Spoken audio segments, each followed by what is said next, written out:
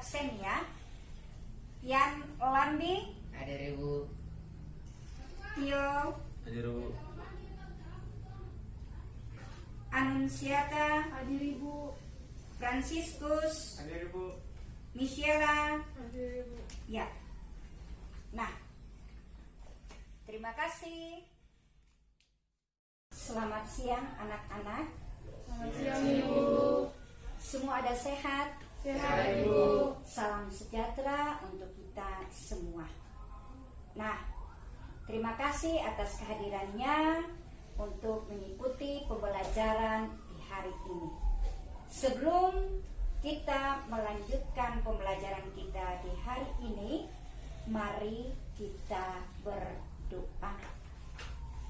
Dalam nama Bapa dan Putra dan Roh Kudus. Amin. Ya, Ibu mau bertanya.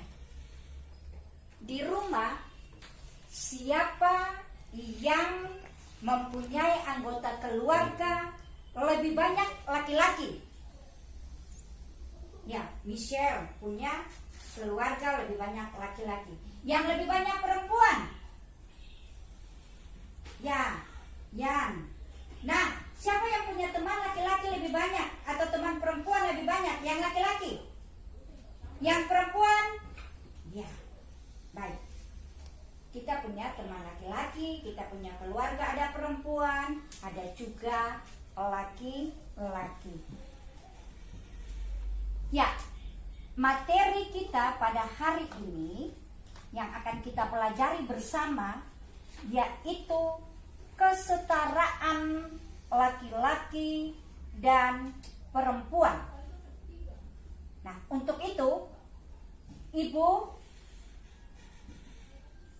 mempersilahkan kalian membuka di buku paket materi kesetaraan laki-laki dan perempuan.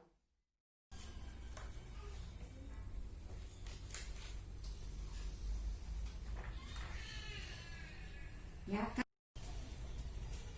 Ibu kasih berikan waktu 10 menit.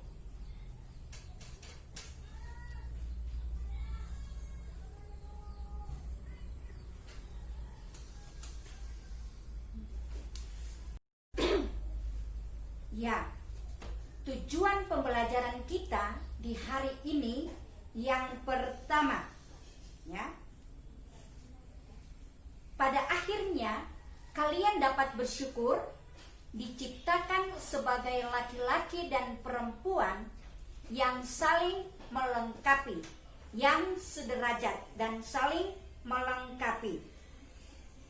Dengan demikian, karena merasa bahwa kita itu perempuan dan laki-laki saling melengkapi, maka di dalam kehidupan setiap hari, baik itu dalam pergaulan, dalam keluarga, dalam masyarakat, kita harus saling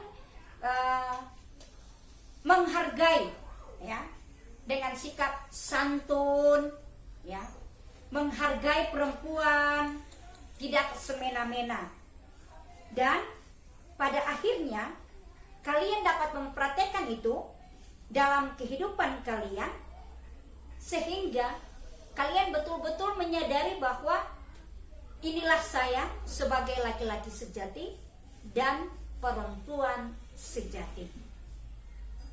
Nah, untuk mendalami, ya, untuk mendalami pembelajaran kita di hari ini, Ibu mempersilahkan kalian membaca, ya, kalian membaca artikel yang Ibu bagikan ini, adat mengkondisikan perempuan di bawah pria.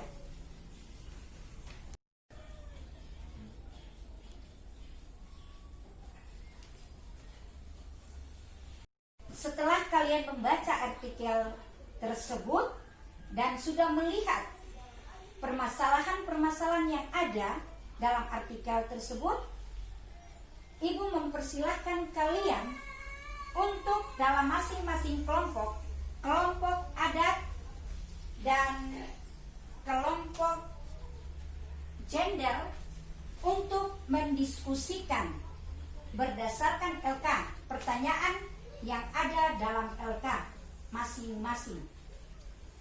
Silakan.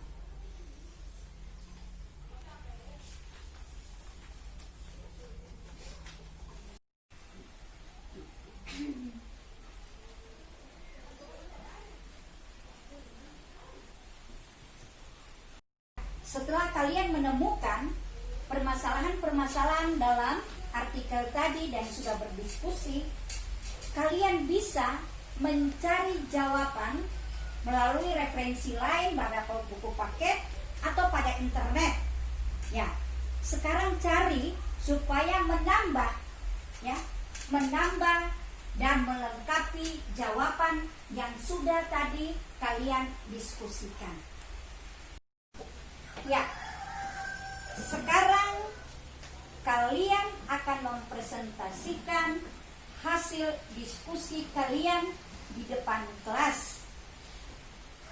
Dan dalam dalam presentasi nanti, ya, teman bisa menanyakan atau menanggapi hasil diskusi dari kelompok lain.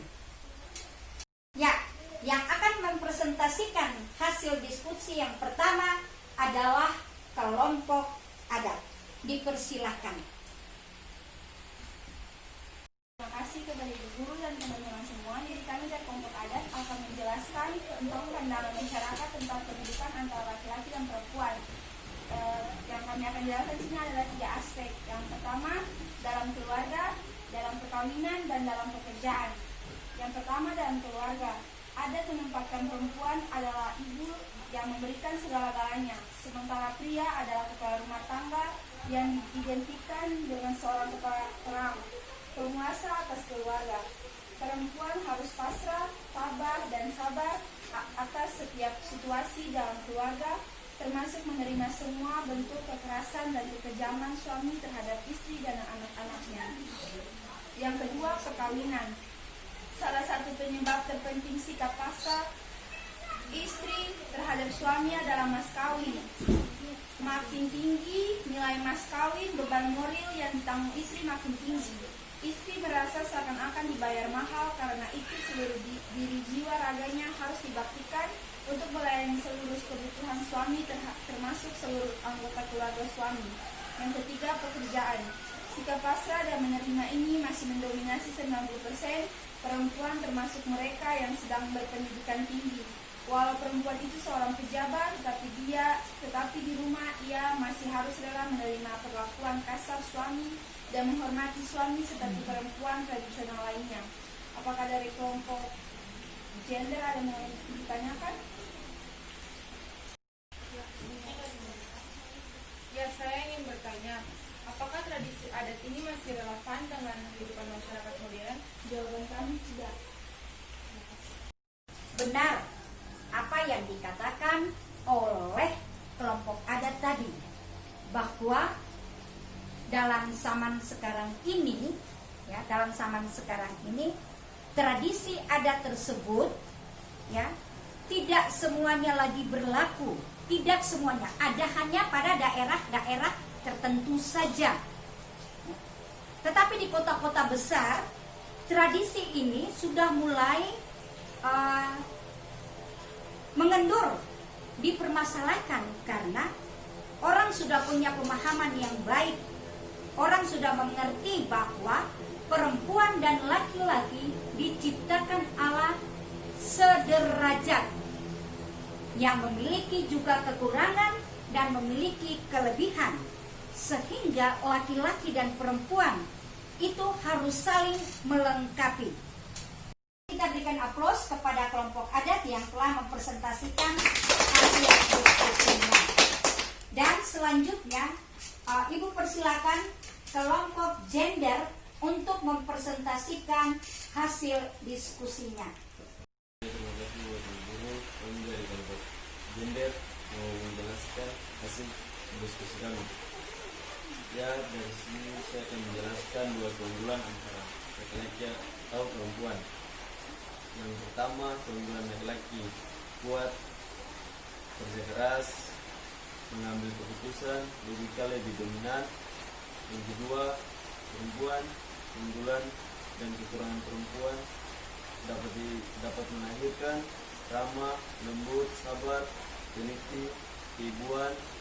Kekurangan perasaan wanita lebih dominan daripada logika, gampang pasrah pada keadaan, lembah secara fisik, kedudukannya selalu menjadi hasil kerja kami. Kepada dari kampung adat mau bertanya? Saya ingin bertanya, apakah hal ini membuat laki-laki merasa lebih kuat dari perempuan? Menurut saya tidak. Setelah kalian berdiskusi dan mempresentasikan hasil diskusi kalian, sekarang ibu mau supaya kalian membuka dalam kitab suci, karena kitab suci itu adalah landasan ya dari seluruh kehidupan orang Kristiani. Nah, buka dari kitab suci Kejadian 2 ayat 18 sampai dengan 23 untuk melengkapi materi kita pada hari ini. Dan carilah apa saja yang dikatakan oleh kitab suci tersebut tentang kesederajatan antara laki-laki dan perempuan. Tuhan Allah berfirman, tidak baik kalau manusia itu seorang diri saja. Aku akan menjadikan penolong baginya yang sepadan dengan dia. Kita berdiskusi, mencari dari sumber-sumber lain dan juga dari kitab suci, maka dapat disimpulkan yang pertama, antara laki-laki dan perempuan tidak ada perbedaan ya, karena diciptakan oleh Allah segambar dan serupa dengannya. Yang hanya membedakan laki-laki dan perempuan itu pada biologis, yaitu anggota tubuh ya, secara biologis saja itu yang membedakan laki-laki dan perempuan. Contohnya, perempuan bisa melahirkan, mempunyai buah dada, laki-laki mempunyai kumis, laki-laki mempunyai janggut dan juga jakung. Dan menurut kitab suci Kejadian 2 ayat 18 sampai 23 itu mau mengatakan bahwa laki-laki dan perempuan harus saling menolong satu sama lain, saling melengkapi dan sebagai partner. Ya, jadi bukan laki-laki di bawah perempuan di bawah laki-laki. Menurut kalian senang tidak belajar tentang materi ini? Baik. Nah, sudah paham dengan baik? Sudah. Nah, untuk mengetahui sejauh mana kalian memahami materi pada hari ini, pertanyaan ada dua. Satu pertanyaan yang ibu mau bilang, mau tanyakan buat kalian, yaitu sikap dan keterampilan yang harus kalian kembangkan agar menjadi laki-laki atau perempuan sejati. Sikap apa? Bersyukur disediakan sebagai laki-laki dan perempuan. Laki-laki dan perempuan harus saling melengkapi. Anak sekalian, mari kita berikan aplaus kepada kita semua karena sudah melakukan pembelajaran di hari ini. Dan minggu depan kita akan lanjutkan dengan pembelajaran keluhuran manusia sebagai citra Allah. Dan untuk itu, mari kita menutupi kegiatan pembelajaran kita di hari ini dengan berdoa bersama. Dalam nama Bapa dan Putra dan Roh Kudus. Amin. Kemuliaan kepada Bapa dan Putra dan Roh Kudus. Dalam nama Bapa dan Putra dan Roh Kudus.